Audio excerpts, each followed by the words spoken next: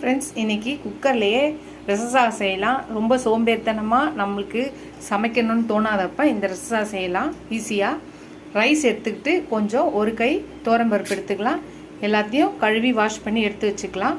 அதுக்கப்புறம் பார்த்திங்கன்னா மிக்சி ஜாரில் அரைக்க வேண்டியது மிளகு, ஒரு ஸ்பூன் மிளகு, ஒரு ஸ்பூன் சீரகம், கருவேப்பிலை, ஒரு 5-6 பல்லு பூண்டு, காஞ்ச மிளகாய், இதை அரைச்சிக்கலாம்.